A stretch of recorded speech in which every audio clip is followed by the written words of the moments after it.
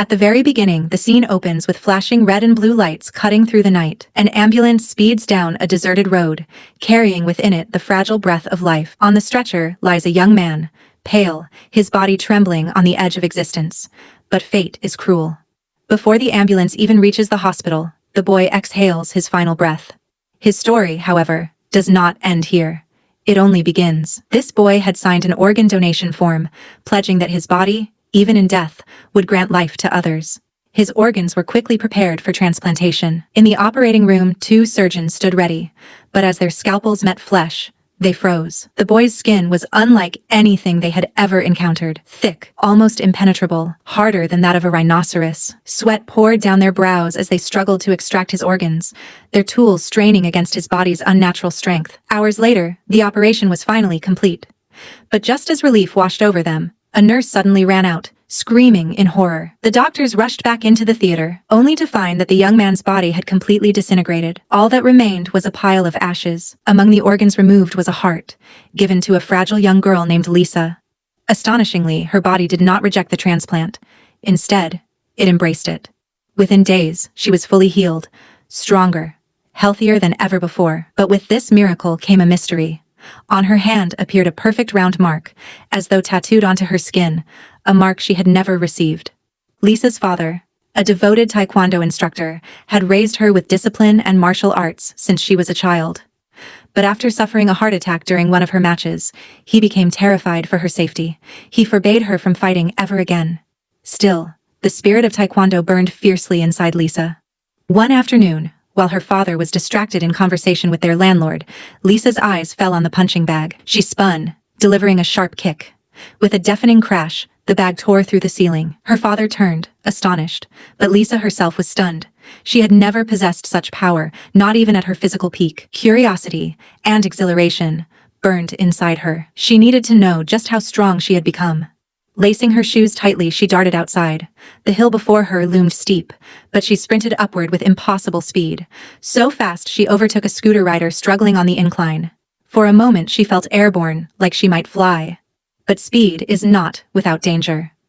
As the hill sloped sharply downward, she lost control, barreling straight into a small truck. The impact was so intense, the vehicle nearly toppled over. Lisa's heart was no ordinary gift. It had made her superhuman. Unbeknownst to her, a passerby filmed the entire event. The video spread online, Lisa's name and taekwondo uniform clearly visible. Among those who saw it was a boy named Tom. Driven by curiosity, he hurried to her gym, camera in hand. But when he tried to take her photo from afar, Lisa moved like lightning, catching him instantly. Shocked, Tom revealed his own secret. He too bore a strange circular mark. Tom explained that he had received a lung transplant from the same donor. With it came a terrifying gift. When he exhaled with force, storms themselves would answer. He believed that since a body could donate 6 organs, there must be 6 chosen people. 6 souls carrying powers beyond human imagination. Together, Lisa and Tom began to search. Elsewhere, in a mansion dripping with wealth, an old man named Mino lay dying. His daughter pleaded with the doctors for hope, but suddenly, the frail man sat upright and demanded food. His body had begun to regenerate, his strength to return, and on his hand, the same mark burned bright. Meanwhile, in a bustling electronics store, a boy named Zero amused himself. With a snap of his fingers, every television shut off at once. Sparks danced around him wherever he went, electricity bowing to his will. He was another of the 6, living lavishly, gambling, winning every game with his powers. Lisa and Tom began to search. Soon they discovered a third. Sophia, a woman who had undergone a kidney transplant. At first, she claimed she felt no different, but Tom reassured her. When all 6 came together, her powers would awaken. Fate soon brought these threads together. Lisa, Tom, Sophia, and Zero found themselves seated at the same table, trading stories of their extraordinary gifts. Trust, however, did not come easily. Tom warned Lisa, "Among us, there will be one who is evil, someone who craves power for themselves. We must choose wisely who we believe." His words proved prophetic. Across the city, the shadow of greed and ambition stirred. Mino, rejuvenated by stolen vitality, craved more. His daughter Tina, once hopeful for his death to inherit his empire, now trembled at his unnatural youth. Her eyes gleamed with calculation. If she could harvest these powers from others, she could build medicines worth fortunes, medicines that would cure the incurable and crown her richer than kings. The hunt began. One by one, Tina's men targeted the Chosen. Tom was ambushed, drugged. Sophia and Zero were seized. Finally, they came for Lisa at her own doorstep. Her father stepped forward bravely, ready to defend his daughter. But Lisa, faster than the eye could follow, dispatched the intruders in secret, letting her father believe it was his fists that triumphed. Still, her friends were taken, captured, imprisoned in a facility designed to suppress their gifts. Meanwhile, Mino's power grew darker. With a touch, he drained the life of others, leaving them withered husks while he grew ever more youthful. But inside his mind, shadows stirred. Visions of a mysterious force that taunted him, tearing between youth and decay. His reflection twisted in the mirror, flickering between the face of a young man and that of a corpse. His hunger was far from satisfied, and so the stage is set. 6 strangers bound by fate, their powers both a blessing and a curse, hunted by those who would consume them, betrayed by their own doubts, and haunted by the question, among them, who will rise as hero, and who will fall into darkness? The storm reaches its peak. Mino, once a dying old man, now burned with ambition far beyond human greed. He no longer wished to merely live, he wanted to ascend, to devour every organ, every gift, every soul. He wanted to be worshipped not as a man, but as a god. Tina, his daughter, powerless against his growing strength, watched in horror as Mino stormed into the prison she had built to contain the Chosen. Her guards tried to stop him, but their bullets and fists meant nothing. Mino tore through them like paper, his eyes gleaming with arrogance. Inside, the captives struggled. Zero, ever cunning, tried to use his bound body as a weapon, snapping his toes since his hands were tied. Each snap sparked energy, opening doors, sending signals. One snap freed Sophia, another sent a coded message to Lisa, alerting her of his location. But before he could break free, the doctor struck him hard, leaving him unconscious. His cornea was already gone from one eye, but this sudden collapse ironically spared the other. Mino arrived before him, choosing not to kill Zero outright. Instead, he left him broken with John, whose liver was slowly regenerating. John, the healer, gritted his teeth in pain as he absorbed Zero's suffering, slowly restoring his injured eye. Meanwhile, Lisa was readying herself. Her father, emboldened by his earlier imagined victory against thugs, insisted on fighting beside her. And so, father and daughter marched toward destiny. Mino's hunger only grew.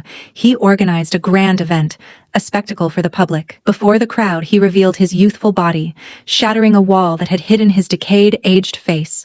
Gasps filled the air, some in awe, others in fear. But Mino was cunning. Fear would not bring worship. And so he changed tactics. Placing his hand on a crippled man, he healed him instantly, the man rising to his feet in disbelief. A sick girl followed. Her illness vanished as Mino touched her brow. The crowd erupted, falling to their knees, chanting his name. To them, he was no longer a man, but a savior. It was then that Lisa entered with her father. Mino, sensing her arrival, theatrically cleared a path, sitting upon a towering throne like a deity. The moment Lisa's eyes met his, she knew. This was the man stealing life itself, feasting on others' gifts. Rage consumed her. Without hesitation, she launched forward, striking him. Her kick snapped his bones, but Mino merely drank water, and before her eyes, his hand healed in an instant. Sophia and Tom arrived just in time. The trio stood together, their friendship reforged in the face of this monster. Mino grinned with satisfaction. "Perfect," he thundered. "All of you in one place. Now, give me your organs." Lisa's father, blind with pride, rushed forward. In a heartbeat, Mino swatted him aside, his body crashing to the ground. Lisa caught him, saving his life by inches, but fury erupted within her. She launched herself at Mino. The hall shook with their clash. Explosions, shockwaves, sparks of impossible energy. Lisa fought with every ounce of her strength, but Mino had 3 organs, 3 powers. Blow by blow, he overwhelmed her. Tom gathered his courage and unleashed a devastating gust of wind, forcing Mino back. The giant roared in anger, slamming his finger into Tom's forehead, knocking him unconscious. Sophia was next, seized in Mino's iron grip. But instead of despair, Mino saw something unexpected. Her ability to channel powers. She could transfer them, weave them together. "If I had your gift," she declared, "I wouldn't need to steal organs at all." At that moment, John and Zero stormed in. The 5 chosen now stood united. Mino, snarling, summoned every ounce of his might. The earth trembled as electricity crackled through the hall, ripping statues from their pedestals. Zero answered with bolts of his own, electricity colliding midair like a battlefield of gods. Lisa whistled, signaling Tom.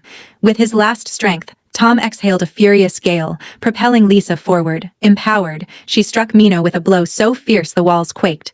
But still, He would not fall. The hall collapsed around them. Followers screamed, yet still worshipped their false god. Injured, bleeding, Mino drank again, his body stitching itself whole. He hurled the chosen aside, lifted Lisa by the throat. Blood trickled from her lips as she gasped for air. And then, Sophia's hands glowed.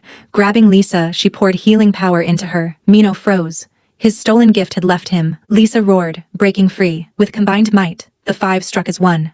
Their powers fused. Lightning, wind, strength, healing, colliding in a storm of unstoppable force. Mino stumbled, weakened. And then, the most unexpected strike of all. Lisa's father, untrained, powerless, but fueled by love, delivered a single kick. It landed true, sending Mino sprawling, stripped of his strength. His body withered, aged in seconds. The illusion of divinity shattered. The throne that once elevated him now mocked him. The crowd watched in horror as their god transformed before their eyes into a frail, pitiful old man. Their devotion turned to disgust. Mino, who sought eternity, was left with nothing. The chosen stood together, victorious, yet scarred. They had faced not only a monster but the temptation of absolute power. And now, dear listener, a question remains for you. If you stood among them, if destiny placed the mark upon your hand, which power would you choose? The strength to crush steel like Lisa? The lungs to summon storms like Tom? The eyes to command lightning like Zero? The healing touch of John? Or the rare gift of Sophia, to unite the powers of all? Which gift would you claim?